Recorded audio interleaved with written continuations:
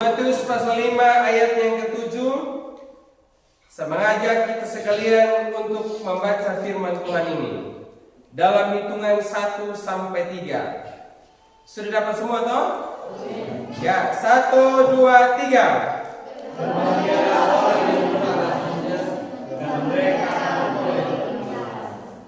Berbahagialah orang yang murah hatinya, karena mereka akan beroleh kemurahan. Dalam terjemahan yang lain dikatakan, berbahagialah orang yang berbelas kasihan, karena mereka akan beroleh belas kasihan. Berbahagialah orang yang bermurah hati. Ini berbicara antara tiga hati, Bapak Ibu. Hati kita dengan Allah dan hati kita dengan sesama manusia. Bermurah hati. Seseorang itu tidak akan bisa bermurah hati, berbelas kasihan atau mengasihi, menolong atau membantu sesamanya manusia kalau hatinya sendiri belum dipulihkan oleh Tuhan. Itulah sebabnya hati manusia harus melekat dengan hati Allah. Hati manusia harus terikat dengan hati Tuhan. Dan bagaimana hati manusia itu bisa terikat dengan hati Allah? Makanya kita harus disucikan. Dalam ayat yang ke-8 nanti kita akan baca dan renungkan di dalam minggu berikutnya. Dikatakan di situ bahwa berbahagialah orang yang suci hatinya, karena mereka akan melihat Allah. Hanya pribadi yang bersatu dengan Allah, yang sudah disucikan hatinya oleh Allah, yang bisa terikat dengan Allah, yang bisa memahami apa yang menjadi pikiran, kehendak, perasaan, dan isi hati Allah. Firman Tuhan katakan, berbahagialah orang yang bermurah hati. Saya dapat melihat tiga hal, saudara, dari kebenaran firman Tuhan ini. Yang pertama, berbahagialah orang yang murah hatinya, yaitu seseorang harus memiliki isi hatinya Allah. Hal pertama adalah agar seseorang bisa bermurah hati, berbelas kasihan kepada sesama manusia, harus memiliki isi hatinya Allah. Sama seperti Yesus selalu berbelas kasihan, selalu menyatakan kasihnya, kebaikannya, pertolongannya kepada orang lain. Manusia bisa berbuat hal yang demikian kalau ia tahu apa yang ada di pikirannya Tuhan. Kita melihat di dalam Alkitab bagaimana ketika Tuhan Yesus melakukan tugas pelayanannya, ia selalu menyatakan belas kasihannya kepada orang-orang yang selama ini ditinggalkan oleh orang lain, kepada orang-orang yang tidak terpandang, kepada orang-orang yang disisihkan, yang diasingkan, yang tidak dikasihi oleh orang lain. Sehingga dalam pelayanannya ada begitu banyak orang yang merasakan sentuhan kasih sayangnya. Bahkan termasuk para pemimpin agama pada waktu itu mengatakan bahwa apa yang diajarkan oleh Yesus tidak seperti yang disampaikan oleh ahli Taurat mereka, oleh para pemimpin agama mereka. Karena Yesus mengajar dengan kuasa, disertai dengan tindakan nyata yang dilakukannya, bagaimana dia menolong sesamanya manusia. Sebagai orang Kristen, maka kita juga harus memiliki hati Allah, supaya kita dapat berbelas kasihan kepada sesama manusia. Maka kita akan selalu memandang orang-orang yang selalu membutuhkan pertolongannya setiap hari kalau kita memiliki hati dari Tuhan Yesus. Mata kita tidak akan pernah tertutup untuk melihat orang lain yang sedang mengulurkan tangannya untuk memohon pertolongan kepada kita sekalian. Yesus dalam pelayanan bukan saja sekedar membantu orang-orang yang sedang membutuhkan belas kasihan secara fisik,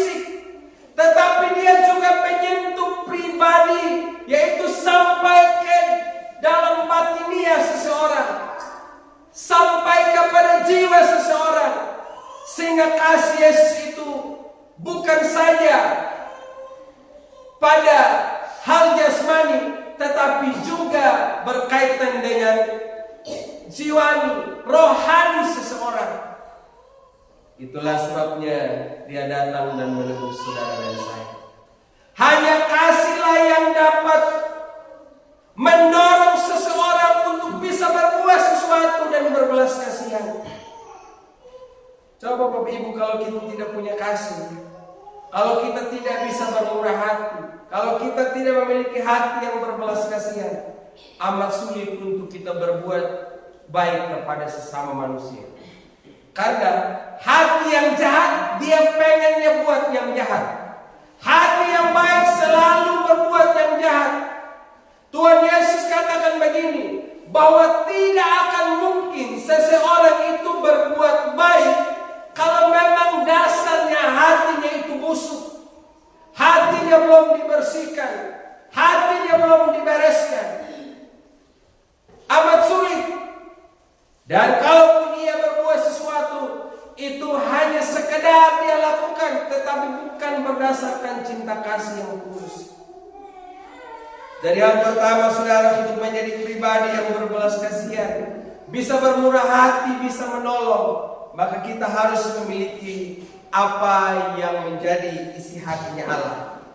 Yang kedua adalah, untuk kita bisa berbelas kasihan kepada sesama manusia, maka kita harus tahu bahwa untuk menolong, untuk berbelas kasihan merupakan panggilan bagi setiap orang yang percaya.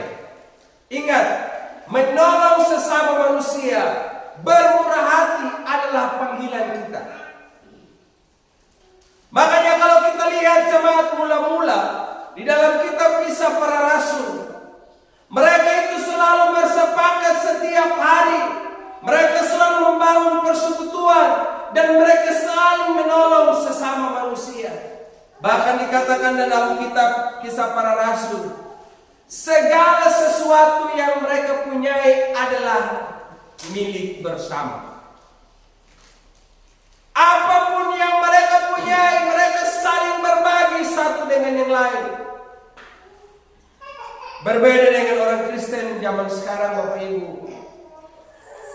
Semakin kita kaya, semakin kita sukses, semakin kita berhasil, semakin kita menutup mata untuk orang-orang dekat dengan kita. Jangankan orang luar, sesama jemaat saja kita tidak mau peduli, kita tidak mau perhatikan. Jadi pahamilah Bapak Ibu, untuk menolong sesama manusia merupakan panggilan kita sekalian. Amin. Amin. Panggilan kita adalah panggilan untuk menolong, panggilan untuk berbagi.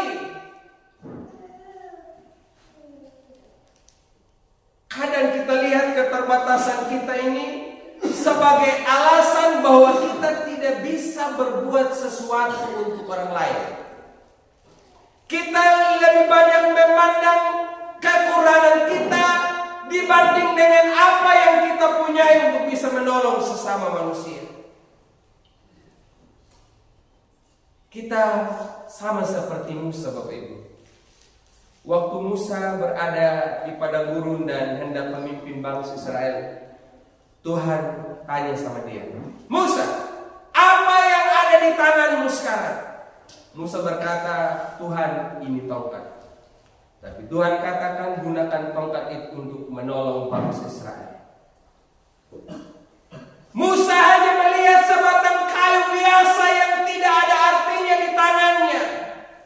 Tetapi Tuhan katakan, apa yang ada di tanganmu itu, aku bisa memakainya untuk membuat mujizat, untuk melakukan perkara-perkara yang ajaib. Artinya saudara, ketika kita selalu melihat keterbatasan kita, kok saya bagaimana bisa menolong orang lain sedangkan saya sendiri susah? Bagaimana saya bisa bantu sesama manusia sedangkan saya juga terbatas? Bagaimana saya bisa berbelas kasihan kepada sesama sedangkan saya sendiri juga masih membutuhkan? Belajar untuk berbagi dari apa yang ada pada kita walaupun itu sedikit. Karena ingat Bapak Ibu, kita tidak akan pernah bisa berbuat sesuatu yang besar kalau kita tidak memulai dari hal yang kecil. Dan tidak akan mungkin kita bisa melakukan segalanya, tetapi bagian kita itu yang bisa kita lakukan walaupun itu kecil. Tapi kalau saudara berpikir aku harus berbuat sesuatu yang besar seperti yang orang lain lakukan, maka tidak akan pernah bisa. Karena setiap manusia mempunyai porsinya masing-masing, mempunyai bagian masing-masing. Apa yang dilakukan oleh Ibu Rizka berbeda yang dilakukan oleh Ibu Mama Irko. Apa yang dilakukan oleh saya berbeda dengan yang dilakukan oleh saudara. Tetapi sebetulnya apa yang kita buat ini saling memperlengkapi satu dengan yang lain. Ya, saling memperlengkapi. Kekurangan yang dilakukan oleh Ibu Rizka bisa ditambahkan oleh Ibu Mama Irko dan juga oleh saudara yang lain. Tapi nyata, kalau saya lakukan ini, maka saya harus kasih tuntas semua. Tidak bisa. Karena kita sebagai pribadi telah diperlengkapi dengan karunia, talenta, bakat yang berbeda-beda. Dan kita bisa lakukan apa yang menjadi bagian kita. Ini yang harus perlu kita bangun kembali dalam diri kita sebagai orang Kristen. Bangkitkan kembali semangat panggilan kita untuk senantiasa memberikan pertolongan kepada mereka yang membutuhkan. Saya terinspirasi dengan apa yang dikatakan oleh Ibu Mama Alga, Bapak Ibu. Setiap kali dia beli beras 10 mangkok, itu dia sisakan 1-2 mangkok itu untuk dia bisa menolong orang yang berkekurangan. Tapi kalau kita lihat Bapak Ibu, mereka punya usaha apa? Pekerjaan apa? Sama juga dengan hidup kita sekalian yang lain. Tetapi karena mereka punya hati yang berbelas kasihan kepada orang lain, mereka tetap mau peduli, mereka tetap mau berbagi dengan sesama manusia. Saya kadang Bapak Ibu merasa bersalah juga dalam diri saya. Kadang ketika saya dapat berkat yang banyak, mungkin itu saya hanya pakai untuk diri saya sendiri. Sebisa yang saya lakukan, saya buat bagi orang lain. Makanya itu dulu waktu saya masih rajin buat catatan harian Bapak Ibu, apa yang saya berikan kepada orang lain dan yang saya berikan kepada Tuhan itu, saya malu untuk menuliskannya. Karena ternyata apa yang saya gunakan justru jauh lebih banyak dibanding yang saya beri buat Tuhan. Contoh dalam 1 minggu saja, kalau saya beli mie 10 bungkus Bapak Ibu, itu sudah berapa? 20.000 katakanlah ya. Tapi persembahan saya buat Tuhan itu, kalau cuma 2.000 atau 5.000, itu bikin saya jadi malu terhadap diri saya sendiri. Karena ternyata saya lebih egois, lebih mementingkan diri saya dibanding dengan Tuhan, apalagi membantu sesama manusia. Jadi mari kita belajar dari hidup jemaat mula-mula. Mereka itu makin hari mereka makin berkembang, semakin maju pelayanan semakin berkembang pesat, karena mereka itu punya kesehatan. Semestinya orang GBI itu harus lebih bersehat Bapak Ibu. Kenapa? 2 hal Bapak Ibu. GBI punya semboyan dan kerja sekarang adalah GBI sehat. Dan kita Sumba Timur ini program kerjanya ini Bupati kita adalah sehati. Baik pemerintah maupun gereja bilangnya sehati. Tapi ternyata kita Bapak Ibu belum bisa bersehati untuk menolong sesama manusia. Jadi hari ini mari kita belajar Bapak Ibu ya.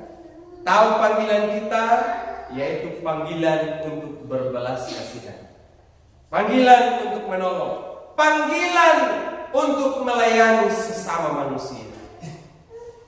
Yang ketiga Bapak Ibu, yang saya temui dari pembacaan firman Tuhan ini, ketika kita berbelas kasihan kepada orang lain, maka itu akan menjadi pintu yang lebar bagi kita, di mana Tuhan akan mencurahkan berkat-Nya bagi kita. Sehingga hewan dituduh, berbahagialah orang yang bermurah hatinya, karena mereka juga akan mendapatkan kemurahan hati dari Allah dan sesama manusia. Jadi dalam bagian yang lain firman Tuhan katakan, apa yang kau tabur itu juga yang akan kau tuai. Engkau menabur kebaikan, maka engkau akan menuai kebaikan. Jadi ini hukum tabur tuai, Bapak Ibu. Jadi kita berbelas kasihan, kita akan mendapatkan belas kasihan juga. Tetapi ketika kita menutup mata kita untuk berbelas kasihan, maka pertolongan juga akan tertutup bagi kita. Coba Bapak Ibu kata perhatikan yang tahu nang kali pandulang lah anda tahu.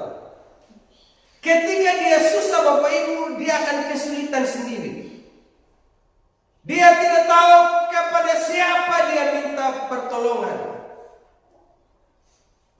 Karena serba terbatas, dia merasa dirinya bahwa selama ini dia tidak pernah menolong sesamanya manusia.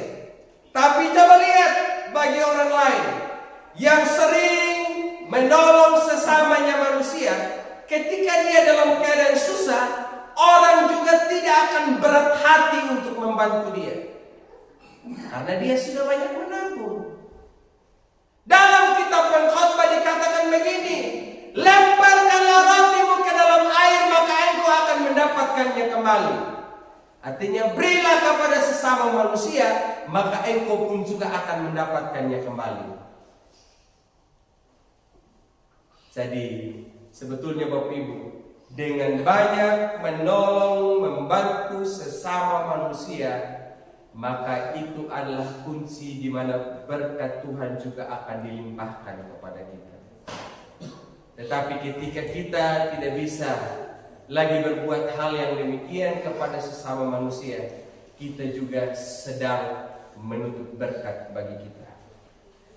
Dan ingat Bapak Ibu, ketika kita sudah melakukan apa yang menjadi panggilan kita untuk menolong, dan kita juga sudah berbalas kasihan kepada sesama manusia, ingat hati-hati, jangan sampai itu akan menjadi kesombongan bagi diri kita sendiri.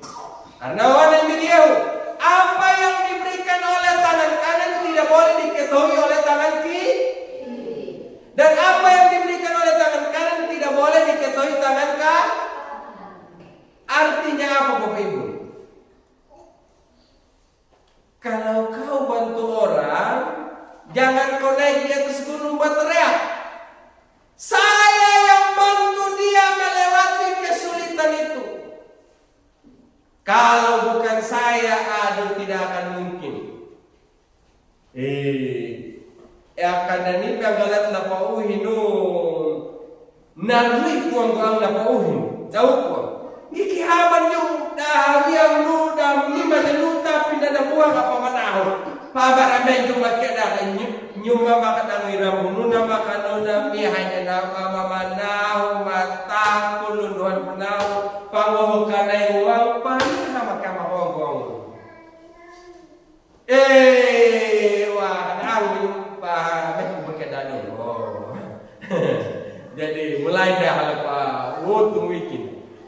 Awalnya Bapak Ibu kita sudah lakukan sesuatu dengan tulus hati, tetapi kita akhirnya dengan daging.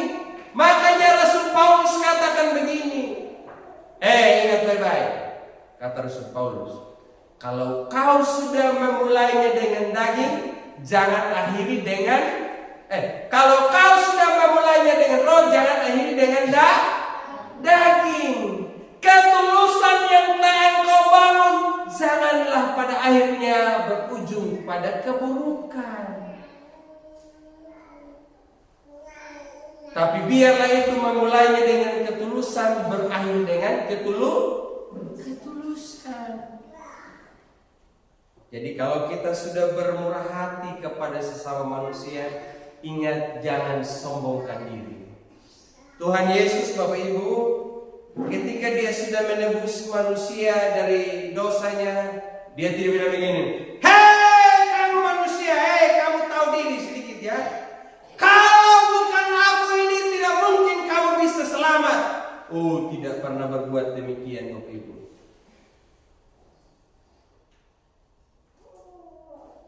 Tapi kalau manusia Bapak Ibu, kadang kita menyombongkan diri kita sendiri. Termasuk saya juga Bapak Ibu, pernah melewati masa-masa seperti itu.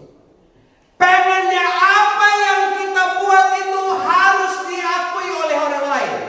Tapi selama orang lain belum mengakui, belum omong kita punya kebaikan, sepertinya ada sesuatu yang kurang dari apa yang kita lakukan. Bahkan mungkin suatu saat kita enggan untuk menolong sesama manusia. Pihikariannya kapokun. Na taununa tandulay kamil na anakku ilanataka ya kana hamu na boku ang pandiam ay panahon.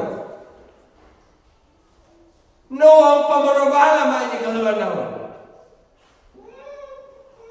Kita pengen diakui Bapak Ibu. Artinya mulai hari ini harus bereskan hati kita, supaya waktu kita berbuat kebaikan jangan ada kecenderungan yang lain. Dan kalau kita berbuat kebaikan, ingat jangan menuntut balasan. Karena firman Tuhan di dalam kitab Amsal berkata begini, orang yang berbuat baik kepada sesama manusia itu sama halnya membuat Tuhan berhutang kepada dia. Artinya Yakob pendoi na mahabalang batawan beri haman otunya utang yalawan. Himiri na mutang lanyong. Daya na tahu na mabantum na mutang lanyong. Jadi abot pikir dia penyutang. Wah, ini kamandula dong wong pengutang bakul manang lanyong ka abilwamu. Tapi miri na mutang lanyong. Jadi kalau Tuhan yang berhutang sama saudara, maka lihatlah Tuhan kasih itu tidak tanggung-tanggung Bapak Ibu. Tapi kalau sesama manusia, dia masih hitung-hitung Bapak Ibu. Oh, saya berhutang begini. Dia kasih adanya, dia jadi kembali kepada motivasi kita, hati kita Bapak Ibu, untuk bisa menolong sesama manusia. Makanya dikatakan, berbahagialah orang yang bermurah hati. Ingat Bapak Ibu, kalau engkau memberi dengan tulus kepada sesama manusia, hatimu akan mengalami damai sejahtera. Ada kesenangan tersendiri, ada kebahagiaan tersendiri dalam diri kita kalau kita melayani dengan tulus. Tapi kalau melayani dengan tidak tulus, membantu dengan tidak tulus, saudara akan selalu merasa rugi. Betul Bapak Ibu. Tapi kalau saudara memberi dengan tulus, ada kebahagiaan. Kita senang melihat orang lain melewati masa sulitnya, oleh karena kita turut serta dalam meringankan beban orang lain. Ya.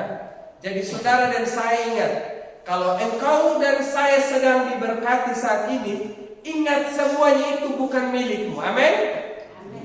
Semua yang ada pada saudara saat ini itu bukan milikmu sendiri, tetapi itu adalah titipan Allah bagi saudara dan saya untuk bisa meringankan beban sesama manusia.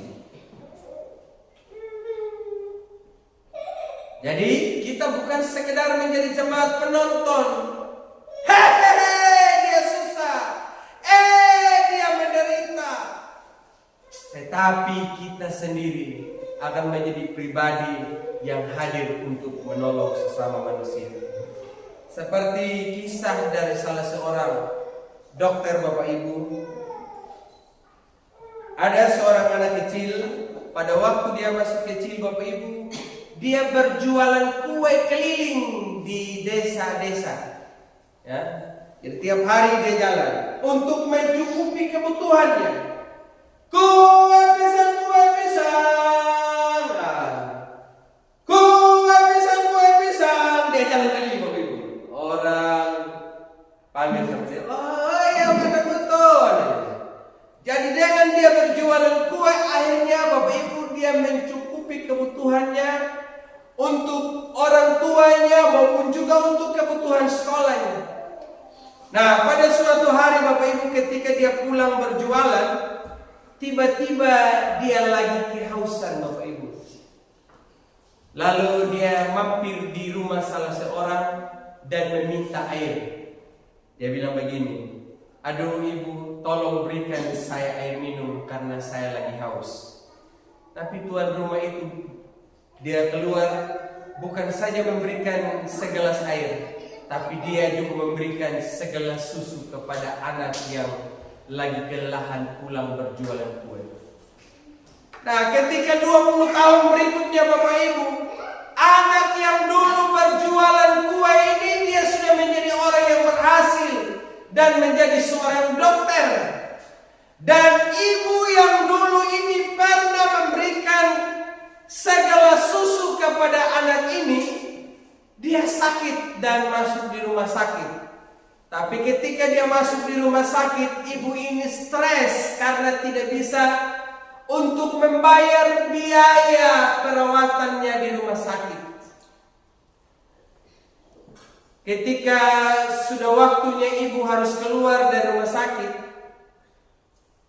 dia bingung, dia stres dengan cara seperti apa untuk dia bisa membayar biaya rumah sakitnya. Tapi dia punya satu pilihan Bapak Ibu. Kalaupun aku dituntut untuk harus membayar biaya rumah sakit, maka biarlah saya berkata aku akan bekerja di rumah sakit ini sampai seumur hidup saya. Karena tidak akan mungkin saya bisa membayar biaya rumah sakit saya. Ketika dia mau hendak keluar Bapak Ibu, dia menuju kepada kasir. Dan dia tanya kepada pegawai yang ada di rumah sakit, kira-kira berapa banyak jumlah uang yang saya harus bayarkan untuk pelunasan biaya rumah sakit saya? Lalu seorang kasir dia memberikan catatan, dan di situ dia melihat Bapak Ibu, biaya pengobatan ibu sudah dibalas dengan segelas susu. Ternyata dokter yang dulu mendapatkan segelas susu dari ibu itu, dialah yang membiayai segala biaya rumah sakit dari ibu ini. Nama dokter itu adalah Howard Kenny Bapak Ibu. Artinya apa? Apa yang pernah ditaburkan oleh seorang ibu yang hanya segelas air susu, pada akhirnya dia menuai berkat yang melimpah. Tidak mungkin Bapak Ibu kalau kita maju di pegawai rumah sakit kita bilang begini, ibu saya tidak punya uang, saya kasih kamu segelas susu saja kawan. Sementara kita punya biaya rumah sakit 2-3 juta katakanlah paling rendah. Tidak mungkin. Tetapi apa yang dulu ditaburnya, sekarang dia menuai. Makanya Bapak Ibu kalau menolong, membantu, memberkati orang lain itu, sebetulnya itu adalah pintu yang paling lebar untuk berkat Tuhan bisa masuk kepada hidup saudara dan saya. Jadi saya mendorong jemaat Tuhan harus suka menolong sesama manusia. Amin. Mau membantu orang lain Bapak Ibu? Amin. Kan saudara tidak mungkin tahu apa yang terjadi pada diri saudara dan saya 10 tahun, 20 tahun yang akan datang. Mungkin saat ini kita merasa berhasil, merasa beruntung, merasa sukses. Apapun yang kita lakukan semuanya berjalan dengan mulus. Tapi bisa saja suatu saat tetapi hanya jalan hidup kita. Dengan apa yang kita tabur hari ini, suatu saat kita akan bisa menuainya. Amin. Contoh Bapak Ibu, Bapak Jai, lebih happy nabang buat hoda, amin. Berpira lebih happy Bapak Jai udah pelai, abang banmu 30 lebih dah Bapak Ibu. Abang le zaman itu abang juga mereka paduna banda tapi mana yang Nigerian, wanda kamu, tap down dia begitu. Ini sudah berubah sekali setelah pulang global ini. Nah, abang namunan, wulu mana nyengunan, tapi sekejap hilang. Bisa saja dalam hidup saudara dan saya apa yang sedang kita bangga-banggakan saat ini, semuanya akan berakhir. Makanya selagi kita masih bisa berbuat sesuatu Bapak Ibu, mari kita suka berbelas kasihan, suka menolong, belajar dari Tuhan Yesus. Berikan pada kami hati yang mengasihi, jiwa-jiwa yang belum mengenal kasih Bapa. Kita minta hati Yesus ada pada diri kita. Saya percaya kalau jemaat ini punya hati Tuhan, punya belas kasihan, tidak ada yang susah di antara kita. Amin? Tidak ada yang susah. Kadang Bapak Ibu kalau kita pergi bertamu di rumah orang, bukan kita pergi melihat kira-kira waktu saya datang di rumah ini, apa yang saya bisa perbuat bagi orang lain. Apa yang saya bisa bantu bagi orang lain ini dawanda. Tetapi waktu kita berkunjung di rumah orang, kita hanya melihat salahnya apa, kurangnya apa, dosanya apa, sehingga kita hanya hadir sebagai pengkritik atau hakim. Tapi biarlah waktu kita bertamu di rumah orang, kita lihat kira-kira apa yang saya bisa perbuat bagi rumah ini. Amin? Setuju? Saudara masih dengar saya? Halo? Hai? Kalau di sekolah minggu Bapak Ibu kita bilang halo, jawabnya hai. Kalau saya bilang hai, jawabnya halo. Gitu ya. Hai. Hai. Jadi saudara berpikir apa yang saya bisa lakukan bagi orang lain pada yang Allah bertamu umaam. Amin. Dakar apa dum na tahun ini tai mana ning pakapuan ning hadangka agulungku nanya gara kapak aja berhenti. Amin. Itu sifatnya orang-orang yang di luar sana. Amin. Tapi saudara dan saya pergi bertamu di rumah orang, kita berpikir apa yang saya bisa perbuat bagi sesama manusia. Lihat sesama manusia. Kalau bajunya cuma itu yang kau lihat tiap hari, apa salahnya saudara punya baju 10 lembar bagi pada orang lain? Jangan suka pelit Bapak Ibu, karena pelit itu akan menutup berkat bagi kita sekalian. Jangan sekikir. Belajar untuk mengasihi sesama manusia.